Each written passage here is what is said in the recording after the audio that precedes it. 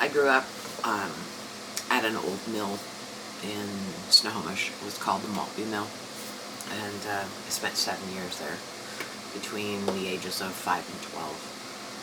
And we did a lot there. That house was, to me, very haunted. In fact, I think everybody who had been there at least once felt something. My best friend never stepped foot into that house. She said she got creeped out just coming down to our house to pick me up. It was the house there was, the whole property belonged to our family for I don't even know how long. And the house was built apparently by my pa, which I was very young, so I don't know if that was my great-grandfather on my dad's side or what. Anyways, so I had a lot of experiences there.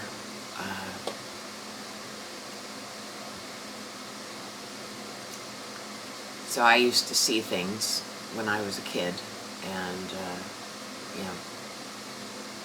no parents are equipped to, especially in that day and age, in the 70s, to deal with a child who has such a vivid imagination.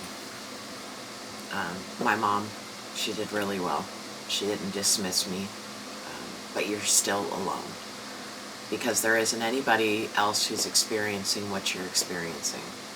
So there was a girl who was under the dresser that looked into the living room from the side bedroom, and she sat under the dresser, laying under the dresser like this.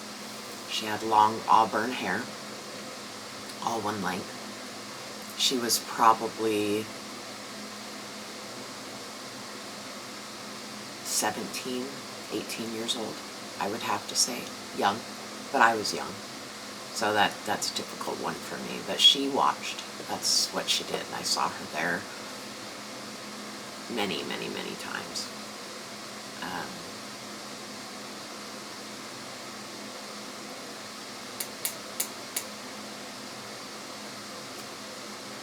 Between the ages of 10 and 12, because I was everywhere with my sister, who's 2 years older than me, we built a fort out in the mill, out past the mill, way out, and we, everybody likes to build forts, so we had a fort, and it was that aluminum paneling, and we had made basically a little A-frame, and we made it our own. We cleaned the area up.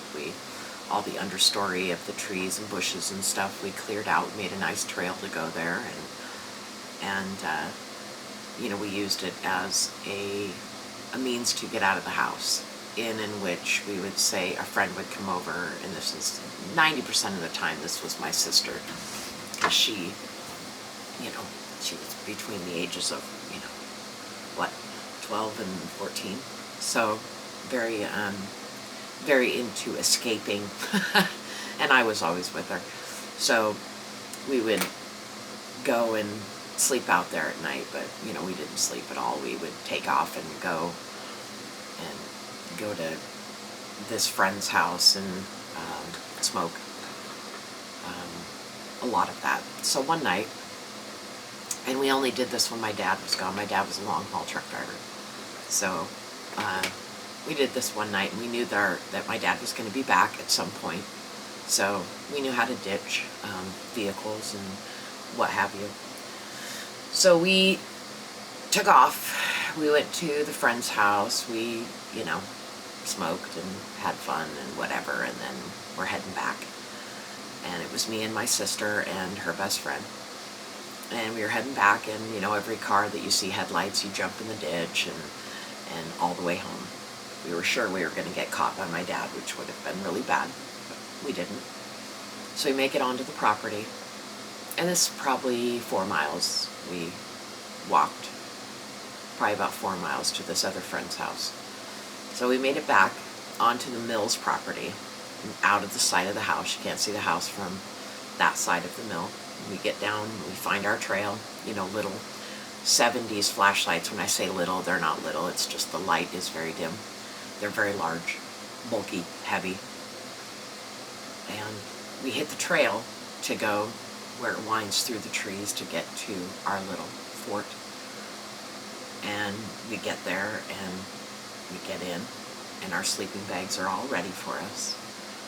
And my sister's friend opens up her sleeping bag to get in, and there's a mouse, and it's laying on its side, and it's perfect. It looks like it's sleeping, but it's dead. And 3 girls. So she screams, I scream, Teresa screams, we all freak out, trying to push this thing away. But this mouse was perfect. This mouse was absolutely perfect inside of a made sleeping bag. So all zipped up, zipped all the way to the top. She had to unzip and peel it back to get in. This mouse had to have gone up, stepped in, and died. Just done. Laid on its side and died. And I don't discount that as a possibility. However, what happened next indicated that there may have been something else going on. So we freak out. I don't know how long this lasts, whatever. We're freaking out, and, we get it out and we throw it out into the woods and start making our sleeping bag back up, and we all get quiet, and we're, getting comfortable, get ready to go to sleep. And that was when, and I can't speak for my sister or her friend, this is when I noticed that it was so quiet. So quiet, eerie quiet, scary quiet.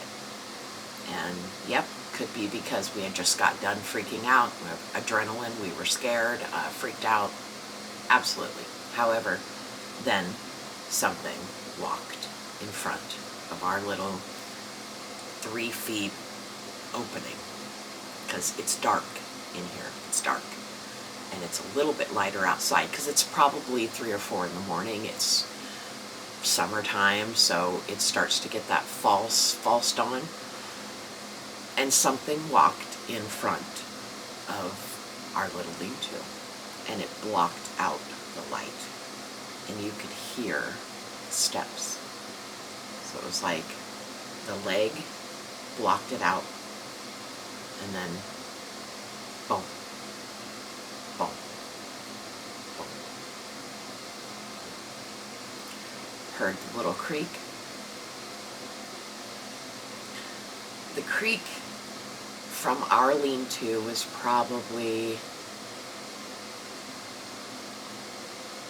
maybe 20 feet away. It was about 3 steps, and it was across into our neighboring neighbor's pasture. It's nothing that big. There's nothing that big. This was walking, not shashunk, shashunk, shashunk, shashunk, 4-legged. You know the sound of 4-legged animals. Secondly, this was huge. It was so heavy. That was terrifying. We sat for quite a while, silent, no screaming, no nothing, until we felt brave enough to get out and run all the way back home. This is a lumber mill. It's pretty good size. So we're at the far, far, far end, as far away as we could get from the house without being in our neighbor's property. So we run back to the house, give some feigned excuse to my mom that, you know, we don't want to sleep out there, whatever. I don't remember what it was. We get up in the morning, we're talking about it. We want to go out there. We want to see if there's anything that we can see now that it's daylight. So we go out there, and the grass is crunched down in one spot over out of our little forded area right before the pushed down barbed wire, because grass will grow up, and then grass grows up, and grass grows up, and it eventually, you know, however, it's also probably a trail that something took, but it's not really a trail. It's just like old yellow grass. So that area was crunched on. There were no footprints anywhere else. But the part that really, really got me was that whatever this was had to have been standing right next to the lean-to. There was no sound coming up. No sound. It makes me shake still, because that, I go back to that kid that I was. And when I realized that standing there, that this, whatever, I don't know what to call it, thing, person, take your pick, had to have been standing there when we got there. So when we were coming down the trail to get into our fourth area, we would have passed right by it. And that, frankly, gives me the creeps that it could stand there and be that quiet. And then the mouse thing, and that, we go crazy over that, and it isn't until that's over, we calm down, that I realize that it's so quiet. And it was probably quiet prior to that, but I don't have a memory of that awareness. So yeah, I've had a lot of experiences with the forest people, a lot, more than would be necessary to write in to somebody for them to read your story. I already did. I did one on Sasquatch Chronicles, number 41. So you may hear that again here. If you haven't, that's fine. It doesn't matter. I realized then just how much more that I want to get out of this, and that is that they're not specific to the forest people. The experiences that I've had, they cross so many areas of what we call strange and paranormal, that I figured I might as well share it all, and maybe I can get you guys to share yours with me, and yeah, thanks.